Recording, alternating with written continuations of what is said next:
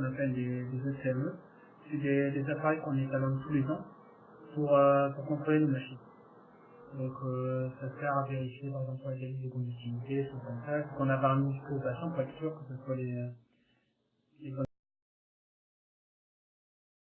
C'est de gérer un parc de matériel biomédical au sein de ce besoin. Donc moi je gère tout ce qui est matériel de dialyse, monitorage et réanimation et la défibrillation. Donc ça consiste à gérer les dépannages, les demandes des services et le catalogue des pièces détachées. J'attends c'est beaucoup de réactivité, pouvoir faire un suivi du matériel et auprès des services aussi, parce que les services ne comprennent pas forcément nos propres problématiques. Eux, ils voient que le côté patient, donc ils vont pas la matériel. Donc c'est un handicap, et nous, il faut qu'on arrive à temporiser pour avoir les pièces détachées, des choses comme ça.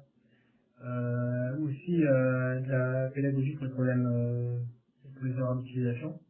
Donc expliquer ce qui s'est passé, comment corriger, tout ça.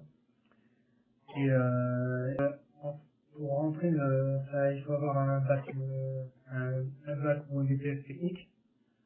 Donc essentiellement ce qu'on préfère c'est de l'électrotechnique ou des... Dans la fonction publique, donc on rentre dans une grille. Donc au début on rentre au début, puis ça suit sur toute une carrière.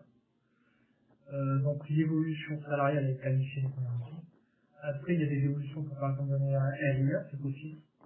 Il faut passer, souvent faut passer le diplôme, avec l'ancienneté on peut y arriver. Et donc ici au CHEVron pour l'instant on va pas un apport avant moins de 3 ans. Mais sinon je repasser ça et les entrées la chirurgien. En débutant en tant que technicien on va gagner entre 1400 et 1500 euros net.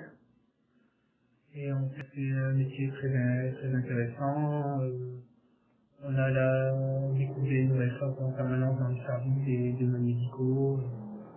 On rencontre pas mal de gens.